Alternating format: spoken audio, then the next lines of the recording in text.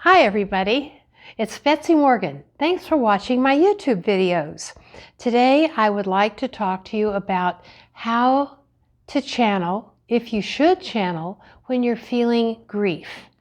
You know, I have many students, I think thousands around the world, and I get asked questions every day about how can I be a better channel.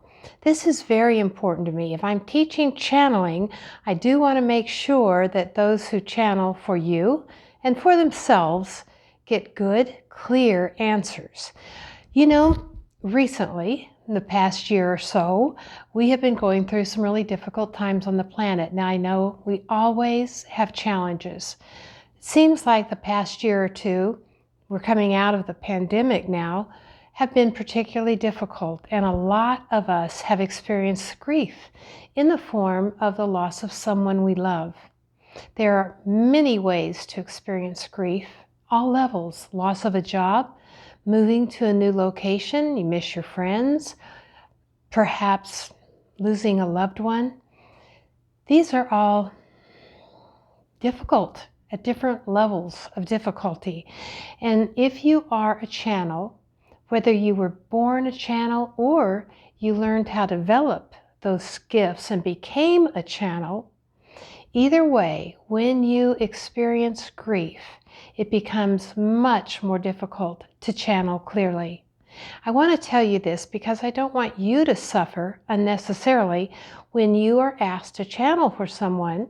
You've just gone through a grief process and you notice you're not getting clear answers. And you think to yourself, what's wrong? Why am I not doing this better? Please don't judge yourself. Let go of the need to channel immediately and give yourself some time to reboot emotionally and to give yourself some time to rest, to love yourself and work through your process. Channeling is an art, and like any art form, it requires certain conditions, and being at peace with yourself and feeling the love within is one of those conditions. To channel, you need to have an open heart. And when you are experiencing grief, one of the ways you protect yourself is to close your heart down so you don't feel all that grief so much all at the same time. When you channel, your heart's going to open up, and all that emotion might get convoluted with the information that's flowing into you. So I suggest take some time to yourself, process the grief. It's more of an acute grief that I'm talking about rather than long-term. For instance, I know that in our lives, we all have challenges all through our lives. One of my clients said to me that they had a life full of grief, and I sent that question up to my guides like I usually do, and they said, who doesn't? All of us in our lives have experienced the roller coaster of life, our ups and downs. We've all had grief. And I'm not saying, I'm not trying to punish anyone, but just a reminder, if we focus on what's wrong, it's going to be more difficult than if we choose to focus on what's really going right. It's a process of retraining our minds, and our hearts will follow suit. Do your best when you're finished with your grieving, and it could take 1 month, 3 months, could take even longer, so don't judge yourself. But when you feel that you're done, you want to move on, and there will come a day when you do want to move on, thank goodness, then choose to focus on what is right.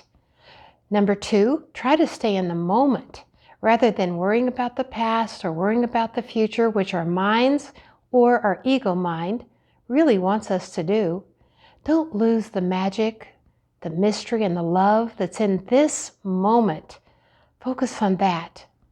Be excited about life again, and know that the best is yet to come. As you feel that, as you look forward to the good, you actually do attract it. And there is sunshine after the rain, I promise you. If there are any more questions, please look for me. AskBetsy-Morgan.com. Or you can find me. I also have lots of my programs with my good friend Melanie at Ask Angels. You could Google Ask Angels Betsy-Morgan channeling. I hope to see you. I hope to meet you. Have a wonderful day. Bye.